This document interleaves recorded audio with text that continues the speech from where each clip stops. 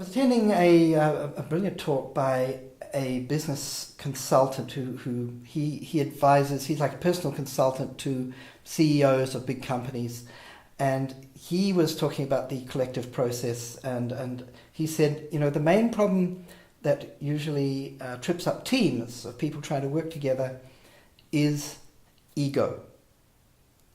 If there's one person on the team, even if they're really brilliant, if they're too dominating, too pushy, not willing to listen to other people's ideas, and too insistent on having their say and having their way, that can ruin everything. That creates disharmony in the team and makes it impossible for the team to work together successfully.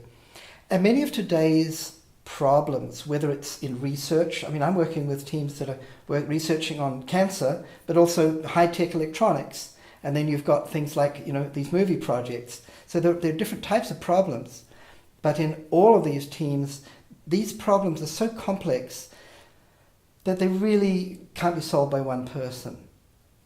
More and more of Nobel Prizes and acknowledgements for these sort of big breakthroughs, both in science and in these high budget like film projects. It's not the work of one person. The director steers the process in a film, or the research team head steers the process in a research project.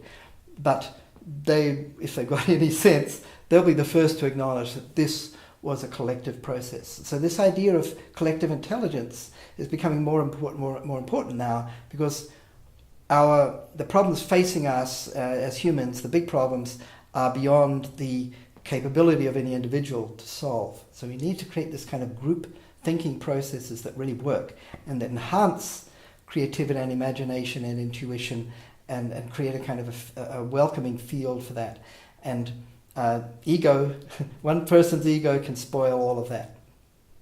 Let me give you an example of how that might work. Imagine if your little team of scientists were guitar strings. Now we'll demonstrate. Let me demonstrate. Now what we have here is a team of 6 guitar strings, and when they're in tune they might sound like this.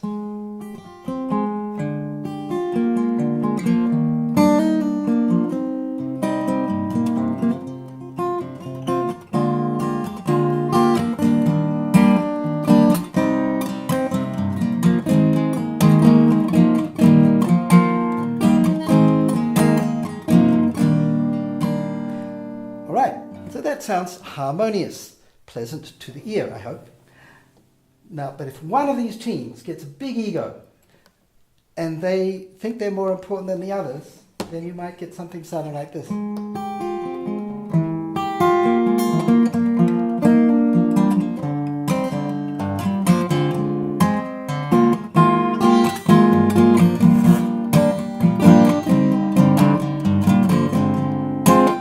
Want me to go on?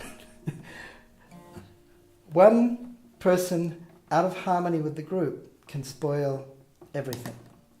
To work effectively in a team, we need to be in harmony. The team need to trust one another.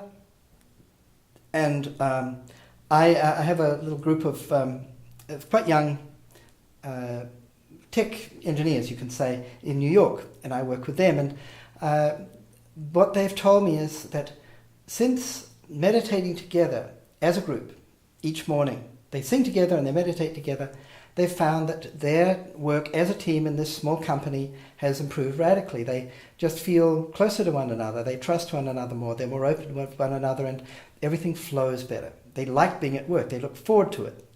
And when you have that kind of spirit in a team, that's what leaders are looking for. They'd kill for that, some of them. This group of wonderful, really smart young people, they've told me that they're doing this chanting and meditation every morning at the beginning of the day, sets the tone for the whole day, and it's really improved their teamwork. Think of a team that worked really well when everything was in harmony. The Beatles, pretty remarkable example. And, for some years they worked together really well. They produced some of the most fabulous music ever. But personal differences, different directions, and it fell apart.